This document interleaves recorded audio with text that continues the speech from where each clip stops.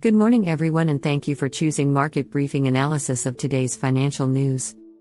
Every day, our goal is to provide you with a thorough and knowledgeable analysis of the most relevant financial news to help you navigate the complex economic landscape. Let's begin our daily review. Financial news, June 26, 2023. Crude oil and European stocks have maintained a stable position as investors carefully assess the implications of a dramatic challenge to Vladimir Putin's government in Russia and its potential for further turbulence. After last week's 4% decline, Brent crude oil has seen little change in its value. Meanwhile, energy stocks in Europe initially showed gains but later abandoned them, and U.S. stock futures have slightly decreased. The dollar strength indicator remained flat, while gold saw a slight increase, indicating a limited signal of aggressive buying for its safe haven qualities. Asian stocks were mixed as mainland China markets reopened after an extended weekend, with ongoing concerns about the nation's economic recovery. Trevor Greetham, head of multi-asset at Royal London Asset Management Limited, emphasized the importance of geopolitical hedging in investment portfolios. He pointed out that commodities have historically played a role in providing protection during significant military events. When such events occur, commodity prices can rise, serving as a safeguard for investors. Russia, as a key producer in the OPEC+ coalition, holds substantial influence over global oil markets. Any prolonged turmoil in the nation could have reverberating effects on oil prices worldwide. The ongoing conflict in Ukraine has already disrupted trade flows, leading major consumers like China to increase imports of Russian energy. Gas traders are bracing for further market turbulence due to risks to gas supply from Russia. European gas is already experiencing its highest volatility since the invasion of Ukraine. As a result, shares of Russian aluminum producer United Company Rusal International PJSC, which serve as an indicator of appetite for Russian assets, have dropped by up to 6.5%. The stock has faced a collapse this year, accompanied by significantly reduced trading volumes in Hong Kong. S&P 500 futures indicated a lower opening after U.S. stocks suffered their worst week since March. Growing anxiety in the stock market stems from fears that central banks may need to further increase interest rates to control inflation, potentially causing an economic slowdown. Treasury yields were lower, and bonds rose in Australia and New Zealand, reflecting similar moves in treasuries after U.S. Purchasing Managers' Index data showed a drop to the lowest level since December. The Japanese yen strengthened after Japan's top currency officials stated that they would consider all options to properly manage currency matters. The yen had weakened last week to the lowest level since November, mainly due to weaker-than-expected PMI data from Europe and the U.S., raising concerns about the global economy's resilience against higher interest rates. Recent events in Russia have left oil and stock markets relatively stable, gas traders are preparing for increased market turbulence, and stock market outlook remains cautious due to concerns about rising interest rates.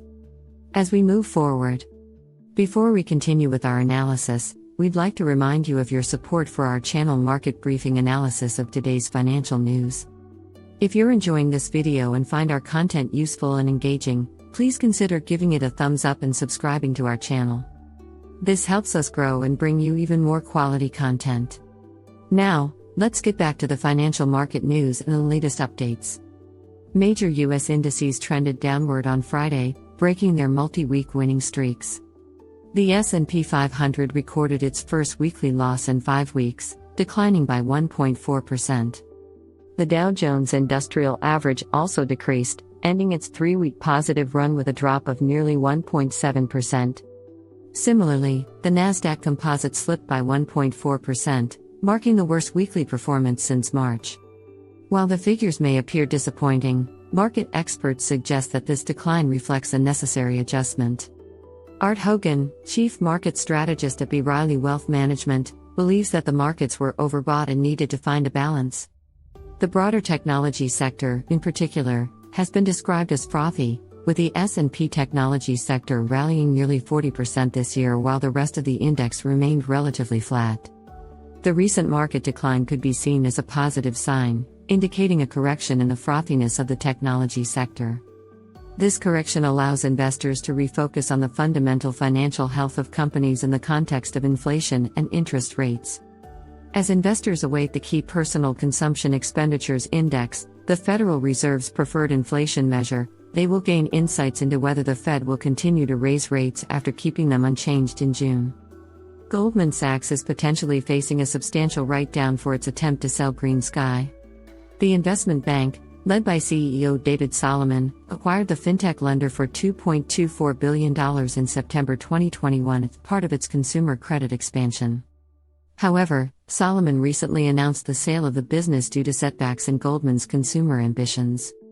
Moody's Investors Service reports that there have been 41 corporate defaults in the United States so far, surpassing the global count and more than double the count for the same period last year.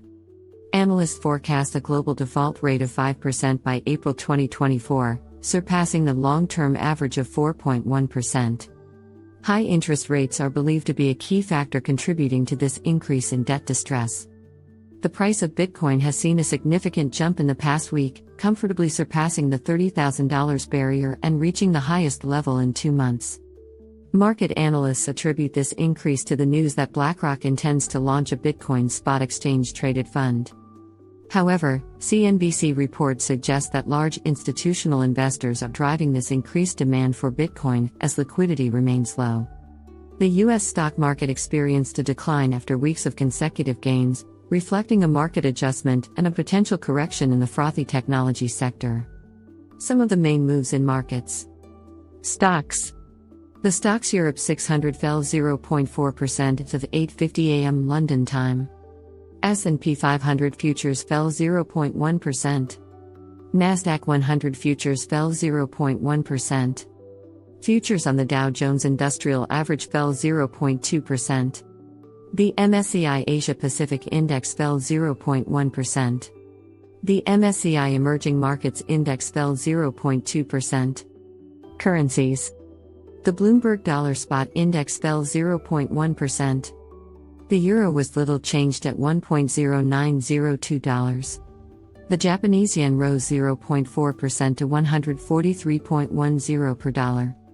The offshore yuan fell 0.3% to 7.2369 per dollar. The British pound rose 0.2% to $1.2741. Cryptocurrencies. Bitcoin fell 0.1% to $30,349.68. Ether fell 0.2% to $1,890.39. Bonds. The yield on 10-year Treasuries declined 3 basis points to 3.70%. Germany's 10-year yield was little changed at 2.35%. Britain's 10-year yield was little changed at 4.33%. Commodities. Brent crude was little changed. Spot gold rose 0.4% to $1,928.59 an ounce. In conclusion, we'd like to thank you for watching Market Briefing analysis of today's financial news. If you enjoyed our insights and found the information helpful, please consider leaving a like and subscribing to our channel to stay updated with future analyses. Thank you again for your support, and we'll see you soon with more fascinating news. Remember, the information in this video is purely informational and does not constitute investment advice. Always consult with a professional before making financial decisions.